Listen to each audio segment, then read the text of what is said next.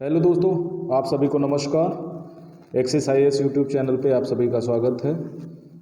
PT महासंग्राम हम लोगों ने स्टार्ट किया है और 2023 यानी 28 मई 2023 को जो एग्ज़ाम होने वाला है उस संबंध में हम लोग चर्चा कर रहे हैं। सबसे बड़ी बात यह है कि किस टाइप के क्वेश्चन आते हैं और ख़ासकर हिंदी मीडियम वाले स्टूडेंट इनको कैसे टैकल करेंगे, यानी GS फर्स्ट पेपर को और GS सेकेंड पेपर को। आप सभी लोग जानते हैं कि इसकी जो मेरिट है लगभग 50 क्वेश्चन के आसपास जाती है, यानी कुल मिला के करीब 2016 से लेकर के 2017-18 में एक बार बढ़ी है, बाकी 100 के अंदर रही है। कोविड काल में तो ये लगभग 95 के आसपास जनरल अकॉर्डिंग पहुंच गई है। और सेकेंड पेपर जैसा कि आप सभी लोग जानते हैं क्वालिफाइंग नेचर का है। आपको 27 क्वेश्चन सही करने होते हैं, यानी कुल मिला के 67 नंबर लाने होते हैं इसमें, और अगर 67 नंबर ले आते हैं तो ये क्वालिफाई हो जाता है। लेकिन ये इतना इजी भी नहीं है कि 27 क्वेश्चन आराम से सही हो जाए 80 क्वेश्चंस में। फर्स्ट पेपर में 100 क्वेश्चन आते हैं और सेकंड पेपर में 80 क्वेश्चन आते हैं, तो अपने आप में दोनों पेपर टफ हैं। तो जो UPSC का CSC का चक्रव्यूह है ना, एग्ज़ाम में एंटर कर कैसे करना है ना, और मेंस एग्ज़ाम कैसा है, तो मेंस की डिस्कशन हम आज नहीं करेंगे।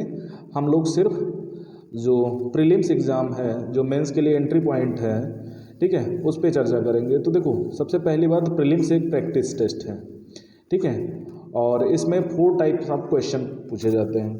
अब 4 टाइप क्वेश्चन के पहले हम लोग GS फर्स्ट पेपर में जान लें कि जो हमारा सिलेबस है, हिस्ट्री है, पॉलिटी है, इकॉनमी है, इन्वायरमेंट है, जियोग्राफी है और साइंस एंड टेक है, और कुछ करंट पोर्शन है जैसे IR है ना, इंटरनेशनल रिलेशन IR जिसको बोलते हैं, और कुछ ऐसे सम टॉपिक हैं जैसे डिजास्टर मैनेजमेंट को मिला करके ज्योग्राफी में सवाल पूछा जाएगा या इन्वायरमेंट से रिलेट करके क्वेश्चन पूछा जाएगा। तो इस तरह विविध में हम लोग देख सकते हैं। और पिछली बार देखा था कि 2021 में क्रिकेट से संबंधित क्वेश्चन आया था, तो जनरली जो person in news and person is play होते हैं वो क्वेश्चन नहीं पूछे जाते हैं UPSC में। UPSC का अपना एक स्टैंडर्ड है। और देखो, एक चीज़ और बता दूं, जो 100 क्वेश्चन आते हैं उनको हम 4 टाइप में डिवाइड करते हैं, ठीक है। और जो टाइप ऑफ क्वेश्चन होते हैं, तो अगर उनकी बात करूं मैं, तो सबसे पहले फैक्ट बेस्ड क्वेश्चन की मैं बात करूंगा। फैक्ट बेस्ड क्वेश्चन में वो क्वेश्चन आते हैं जैसे मान लिया उद्देशिका के संबंध में क्वेश्चन पूछ लिया गया, या प्रस्तावना के जिसको बोलते हैं, है ना, जैसे क्वेश्चन 2015 के आसपास पूछा गया, कल्याणकारी राज्य आदर्श किसमें स्थापित किया गया है ना, भारत की न्यायपालिका और कार्यपालिका से पृथक्करण किसमें दिया गया है, जो DPSP से क्वेश्चन है 2021 में। इसी तरह जो धन का विकेंद्रीकरण है ना, उस सिद्धांत किसमें दिया गया है। 2020 में संविधान का कौन सा भाग कल्याणकारी राज्य की आदर्श की घोषणा करता है। तो ये सिंगल इन्फॉर्मेशन टाइप क्वेश्चन है, जिनको आपको क्या करना पड़ेगा, या तो रटना पड़ेगा या तो इनको समझना पड़ेगा। उसी तरह हिस्ट्री, आर्ट एंड कल्चर में बौद्ध धर्म से रिलेटेड पद्म पाणि का चित्र, ठीक है, अंतिम जो प्रमुख होंगे वो कौन होंगे, और उनके जो मूर्तियाँ मथुरा कला और गांधार कला के अंतर्गत बनी हुई हैं वो पूछी जाती हैं। Repo rate, reverse repo rate, मौद्रिक नोट के टूल्स पूछ लिए जाते हैं कभी कभी। तो ये सिंगल इन्फॉर्मेशन बेस्ड क्वेश्चन है, ठीक है। ज्योग्राफी में भी क्वेश्चन नदियों से लेकर के, पर्वतों से लेकर के पूछे जाते हैं। तो काफ़ी बार ऐसा हुआ है कि सिंगल इन्फॉर्मेशन बेस्ड, तो इसमें अगर मैं सिंगल इन्फॉर्मेशन बेस्ड क्वेश्चन की बात करूँ तो ये लगभग इनकी जो लेंथ है ये इजी टाइप के क्वेश्चन है, ठीक है। ये इजी कैटेगरी में इसलिए रखे जाते हैं कि बेसिक NCERT अगर पढ़ रहे हैं, ठीक है, तो उनसे ये आराम से मिल जाएंगे। और ये करीब 15 से 20 क्वेश्चन पूछे जाते हैं हर साल, हर सेगमेंट से। अगर हिस्ट्री, ज्योग्राफी, पॉलिटी, इकोनॉमी, है ना, इन्वायरमेंट और तुम्हारी क्या बोलते हैं विविध करंट से रिलेट करके, तो सिंगल इन्फॉर्मेशन टाइप क्वेश्चन आपको आराम से मिल जाएंगे। और इसमें 4 ही विकल्प होते हैं ABCD, उन्हीं में आपको सही या गलत करना होता है कि इसमें कौन सा कथन गलत है या इसमें कौन से कथन सही है। जनरली नहीं शब्द का या गलत शब्द का प्रयोग नहीं किया जाता है, नहीं शब्द का प्रयोग किया जाता है। तो ये सिंगल इन्फॉर्मेशन बेस्ड टाइप जो क्वेश्चन है इसमें कुछ टॉपिक ऐसे हैं जो आपके लिए इजी हैं, जैसे पॉलिटी, ठीक है, पिछले 4 सालों से पॉलिटी बहुत इजी पूछी जा रही है। जियोग्राफी 2-3 सालों से नहीं पूछी गई, लेकिन अब जियोग्राफी भी इम्पोर्टेंट हो गई। आर्ट एंड कल्चर, ठीक है, का जो पार्ट है वो भी इसके अंतर्गत आ जाता है। और इकोनॉमी का जो बेसिक फंडामेंटल है, ठीक है, जिसको हम एनसीईआरटी से कवर कर सकते हैं, यानी इन सारे सेगमेंट को हम एनसीईआरटी से कवर कर सकते हैं। ये इजी टाइप के क्वेश्चन हैं। इसमें कुछ ऐसे पूछ लिए जाते हैं अतरंगी टाइप के क्वेश्चन जो हमको नहीं पढ़ने हैं, ना है उनके पीछे हमको भागना है, ठीक है।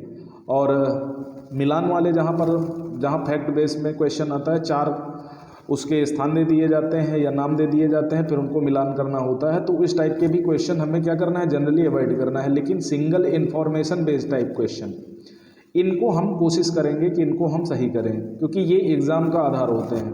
दूसरे टाइप आते हैं मल्टीपल, ठीक है, multiple type question. Multiple type में क्या होता है कि आपको 1, 2, 3 या कभी कभी 4, ज्योग्राफी वगैरह में और इन्वायरमेंट में 6-7 कथन दे देता है ना।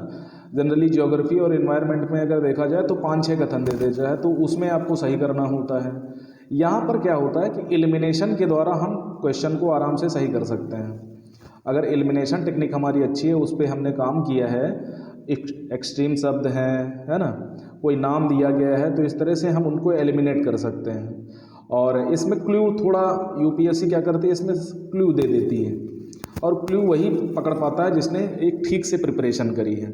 जैसे अगर मैं क्वेश्चन की बात करूं, ठीक है, तो इसके अंतर्गत जैसे पिछली बार निम्न कथनों पर विचार कीजिए, है ना, कलकत्ता यूटिटेरियन कमेटी, है ना, tabernacle of new डिस्पेंसन, Indian reform association, ठीक है। अब इनमें से किसका संबंध केशव चंद्र सेन से था, है ना। तो देखो, जो केशव चंद्र सेन का वो कलकत्ता जो यूनिटेरियन कमेटी था, उससे संबंध नहीं था, उससे संबंध उनका था राजा राम मोहन राय, द्वारकानाथ टैगोर वगैरह का। तो ये मल्टीपल टाइप क्वेश्चन होते हैं। यहाँ पर एक ऑप्शन अगर एलिमिनेट कर लेते हैं तो आपको इसके मैं क्वेश्चन पेपर लेके दिखाऊंगा कि आपको कैसे एलिमिनेट करना है, एक्सट्रीम शब्द कैसे हटाने हैं, ठीक है। और भी कुछ चीज़ें होती हैं जो आपको पता होनी चाहिए। जैसे ब्रह्म समाज के बारे में क्वेश्चन पूछा गया, कौन सा कथन सही है, इसने मूर्ति पूजा का विरोध, सही बात है, इसने मूर्ति पूजा का विरोध किया था, ठीक है। धार्मिक ग्रंथों की व्याख्या के लिए इसने पुरोहित वर्ग को अस्वीकार किया।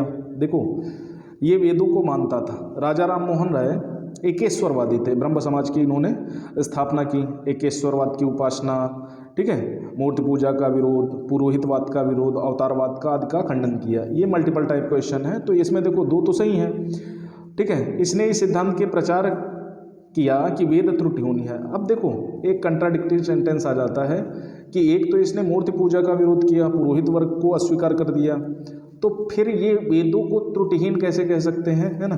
तो इस टाइप के क्वेश्चन बड़े आराम से इनको सॉल्व किया जा सकता है।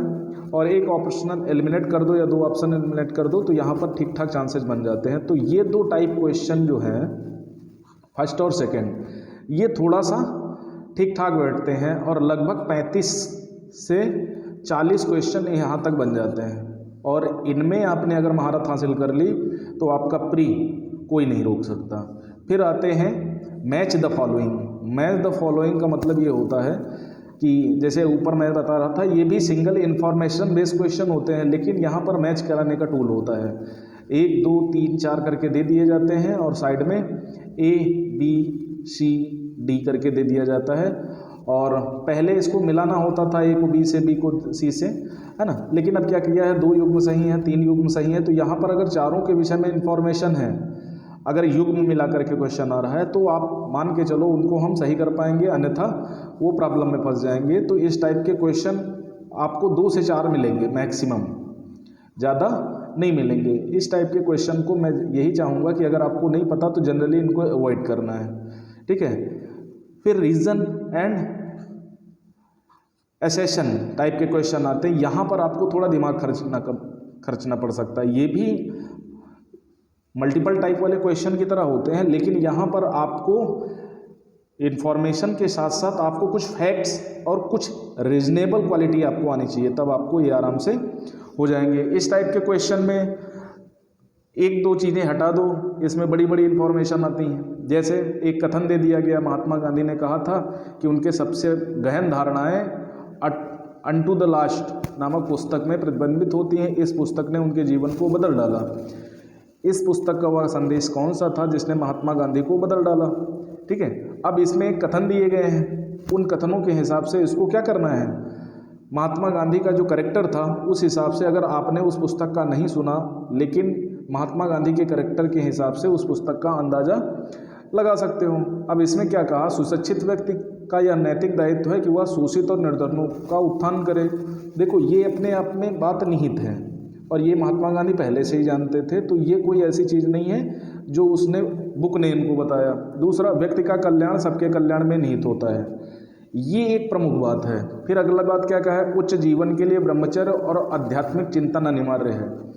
अगर ब्रह्मचर्य की बात करें तो हमारे यहाँ बौद्ध, ठीक है, और जैन, इन्होंने ब्रह्मचर्य पर बहुत ज़्यादा बल दिया है। तो मुझे नहीं लगता ये किताब से उन्होंने सीखा होगा, ये बौद्ध और जैन धर्म से सीखा जा सकता है। अहिंसा का सिद्धांत सीखा जाता है, ब्रह्मचर्य का, है ना, और भी जो उनके 5 सिद्धांत हैं, सत्य, अहिंसा, अस्तेय, अपरिग्रह, है ना, तो ये यहाँ से सीखे जा सकते हैं। इसके लिए कोई किताब पढ़ने की आवश्यकता नहीं थी उनको।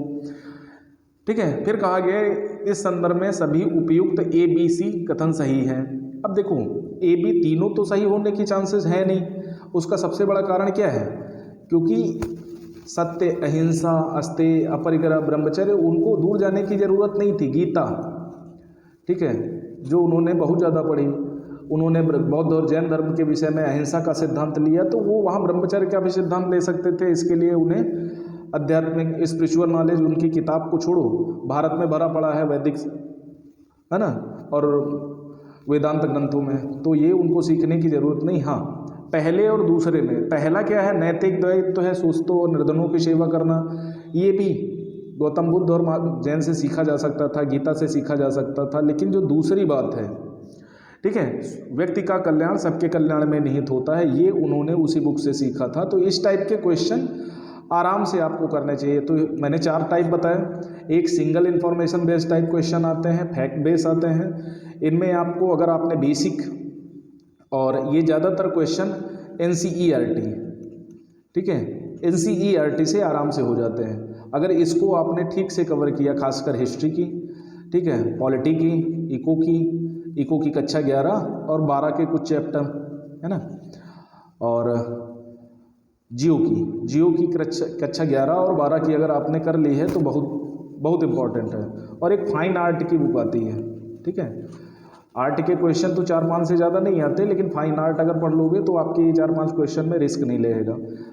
और ये सारे अगर क्वेश्चन का, ये 4 टॉपिक मेजर टॉपिक हैं UPSC के इतिहास में, लगभग 60% क्वेश्चन यहीं से आते हैं, तो इनकी NCERT आपको ज़रूर करनी चाहिए। फिर आगे आते हैं, फिर क्या करें, उसके बाद कुछ ऐसे अतरंगी टाइप के क्वेश्चन आते हैं जिन पे आपको दिमाग नहीं खर्च करना है। क्यों नहीं खर्च करना है, क्योंकि उनसे कॉस्ट बेनिफिट ज़्यादा नहीं होता, अगर गलत हो गए तो पूरा जाएगा। और जिस क्वेश्चन के विषय में आपको थोड़ा भी नहीं पता, छोटा सा क्वेश्चन दे दिया गया है, कोई क्ल्यू नहीं मिल रहा है, तो आपको उनको छोड़ देना चाहिए, है ना। तो पहला तो टाइप ये हो गया। सेकेंड टाइप है मल्टीपल टाइप वाले क्वेश्चन में आपको बहुत ज़्यादा प्रयास करने हैं, क्योंकि इनका जो वेटेज होता है पेपर में बहुत ज़्यादा होता है। मैच द फॉलोइंग में वेटेज कम है, तो इसकी प्रैक्टिस कर सकते हैं आप। और फैक्ट अगर आपको खुद तैयार हो जाते हैं, आपके रखने की मेमोरी है, तो आप इनको भी कर सकते हैं। रीजनेबल एंड एसेसन, यहाँ पर सबसे ज़्यादा दबाव होता है सबके लिए, चाहे वो टॉपर हो या 4 बार प्रीलिम्स फेल हो चुका हो, सबके लिए ये क्वेश्चन बराबर होते हैं। यहाँ पर आपको थोड़ा सा दम लगानी होती है, तो इस तरह से आपको ये 4 टाइप कवर हो जाते हैं। उसके बाद why, what, importance of topic, ठीक है, क्या, क्यों और क्या पढ़ें, क्यों पढ़ें, ठीक है। तो इसका जवाब मैं पिछली वीडियोज़ में दे चुका हूँ, जिसमें मैंने टॉपिक वाइज, ठीक है, सारे टॉपिक वाइज पेपर कवर करा चुके हैं, पेपर क्या, सिलेबस कवर करा चुके हैं, तो उनको देख सकते हो, तो यहाँ से वो कवर हो जाएगा। और दूसरा, कुछ इम्पॉर्टेंट टॉपिक्स हैं जो हर बार बर्निंग टॉपिक होते हैं UPSC के लिए, उन पे आपको फोकस करना है, और उसके लिए आपको प्रीवियस ईयर क्वेश्चन पेपर आपको ज़रूर देखना पड़ेगा। उसको बिना देखे मत करिए। जो भी तैयारी कर रहे हैं, जितना भी तैयारी कर रहे हैं, वो आपको एक मेजर क्लू देगा। इम्पॉर्टेंस ऑफ टॉपिक क्या है वो भी आपको मिल जाएगी। और दूसरा, प्रिपरेशन में आपको डिसिप्लिन लाना पड़ेगा।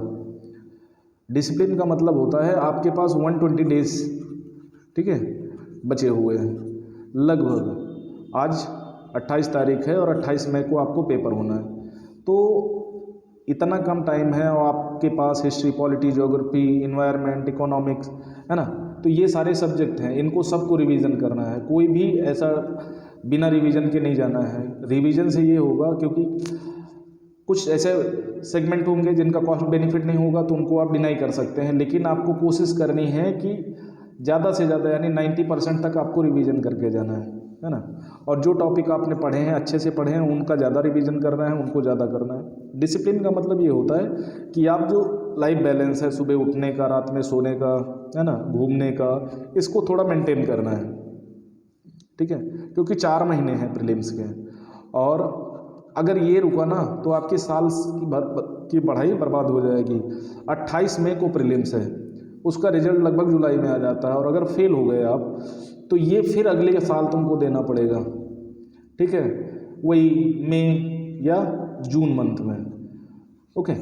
और जब मई 1 साल बाद आपको प्रीलिम्स देना है, फिर करीब 13-14 महीने, 15 महीने बाद आपको मेंस देना है, फिर लगभग 18-19 महीने बाद आपको इंटरव्यू देना है, तो लगभग 2 साल आप पीछे जाते हैं। तो प्रीलिम्स मत फेल हो, है ना। दूसरा आता है सीसेट का, ठीक है, civil service aptitude test. CSAT में क्या होता है, अगर टाइप्स ऑफ क्वेश्चन करूं तो लगभग मैथ के 30 क्वेश्चन, ठीक है, और रीडिंग कॉम्प्रिहेंशन के लगभग 27 क्वेश्चन, और लगभग 18 क्वेश्चन के आसपास रीजनिंग के आते हैं, है ना। इतने सारे क्वेश्चन आते हैं, और सीसेट वही क्वालिफाई करेगा जिसने मैथ के बेसिक क्वेश्चन में, रीडिंग कॉम्प्रिहेंशन और रीजनिंग पे प्रैक्टिस करी होगी, ठीक है। प्रीलिम्स एग्जाम एक प्रैक्टिस है, जितना ज़्यादा आप प्रैक्टिस करोगे और चीज़ों को समझोगे, मिलाओगे चीज़ों को, उतना ज़्यादा आपको बेनिफिट होगा। और सिर्फ रटते रहोगे तो घंटा बेनिफिट नहीं होगा, फेल ऊपर से हो जाओगे, साल अपना बर्बाद करोगे, ठीक है। अब कोई कोचिंग का मटेरियल नहीं, कुछ नहीं, जो आपके पास मटेरियल है, जो आप 1 साल 1.5 साल से पढ़ रहे हैं, ठीक है, उसी को सिर्फ कोशिश करना है। दूसरा, नई चीज़ें कम से कम पढ़नी है, न्यूज़ को छोड़ करके। तीसरी बात ये है कि ज़्यादा यूट्यूब, ठीक है, और सोशल साइट्स पे उस पर फोकस नहीं करना है। अगर ऑप्शनल आपका ठीक ठाक पोजीशन पे है तो ऑप्शनल और एथिक्स निबंध पेपर को आप क्या कर सो, उसको बंद कर दो कुछ टाइम के लिए, क्योंकि ये अब 3 महीने अगर आपने 1-2 बार पढ़ा है और बेसिक रीडिंग करी है तो ये आराम से आपके मेंस के लिए हो जाएंगे, क्योंकि मेंस में लगभग 45% बर्डन राइटिंग प्रेजेंटेशन का होता है। जितना अच्छा चीज़ों को आप प्रेजेंट करेंगे, नाले लगभग सबके पास वही होता है, थोड़ा बहुत 19-20 छोड़ करके, है ना। तो ये सारी चीज़ें अगर आप कर लोगे तो आपका 100% बेनिफिट होगा। और आपको एवरेज मान के चलने हैं, 55 क्वेश्चन सही करने हैं। किसमें? 55 क्वेश्चन जीएस फर्स्ट पेपर में सही करने हैं, और लगभग 55 से 60 क्वेश्चन आपको सीसेट पेपर में करने हैं, जिससे करीब 35 से 40 क्वेश्चन आपके यहाँ सही होने चाहिए। और 55 सही करने के लिए लगभग आपको 80 से 85 क्वेश्चन सही करने पड़ेंगे, तब आपके जाके आप टेस्ट सीरीज करना है, करिए। प्रैक्टिस अगर मेंटेन है तो नहीं करना है तो आप अपने रिवीजन पे फोकस करिए। और ये मत सोचिए कि टेस्ट सीरीज में जैसे क्वेश्चन आते हैं उसी तरह यूपीएससी बेवकूफ़ नहीं है, ठीक है। एक से एक लोग हैं जो बैठे हैं, है ना। तो वो सारी चीज़ें ध्यान दे करके आप तैयारी करें, और आई होप आपको बेनिफिट ज़रूर होगा अगर आप तरीके से कोई चीज़ करते हैं, ठीक है। आपको करना क्या है, जीएस फर्स्ट लगभग 55 क्वेश्चन सही करने हैं, और जीएस सेकंड लगभग 40 क्वेश्चन के आसपास आपको सही करने हैं। आप एक 27 वाला आंकड़ा मत लेके चलो, आपको 40 सही करने हैं। तो आप 12-12, 14-14 क्वेश्चन 12-12, 14-14 क्वेश्चन क्या करो, हर सेगमेंट से निकाल लो, उस पर दिन रात प्रैक्टिस करो। 120 घंटे अगर आप प्रैक्टिस करो, 1 घंटे पर डे भी करोगे ना, 40-40 मिनट, है ना। 3 दिन आप मैथ और रीजनिंग को दे दो, या 4 दिन आप मैथ रीजनिंग को दे दो, 2-3 दिन आप रीडिंग कम्प्रीहेंशन को दे दो, तो बहुत है आपके लिए। लेकिन अभी से शुरू कर दो, होली बाद मत शुरू करो कि मार्च एंड में करेंगे, फिर मार्च एंड आते आते वो मई पहुंच जाता है कि चलो पेपर देते, यानी 28 मई के 4 दिन पहले आपको याद आता है यार सीसैट में तो कुछ हुआ ही नहीं, तो वो मत करना। अभी से स्टार्ट करो। प्रीवियस ईयर क्वेश्चन पेपर को अभी 1-2 महीने ठीक ठाक देखो उनको कि कहाँ से किस टाइप के क्वेश्चन पूछे जाते हैं, तो आपको बहुत ज़्यादा सहूलियत मिलेगी और आप आराम से उसको क्लियर कर जाओगे। ओके, तो जहाँ तक मेरा सवाल है, ठीक है, मैं ऐसे वीडियो क्यों बना रहा हूँ, हिंदी मीडियम का रिजल्ट दिन का दिन गिरता जा रहा है, तो लगता है कुछ चीज़ें आपको पता होनी चाहिए, ठीक है। और कोचिंग सही बताती है गलत बताती है, वो उसका अपना मोटिवेशन है। मेरा अपना ये है कि मैं क्या करता हूँ कि चीज़ों को सही दिशा में लेके चलता हूँ। तो आज के लिए इतना ही, थैंक यू वेरी मच, और कोशिश करें अच्छा एग्ज़ाम दें। Thank you.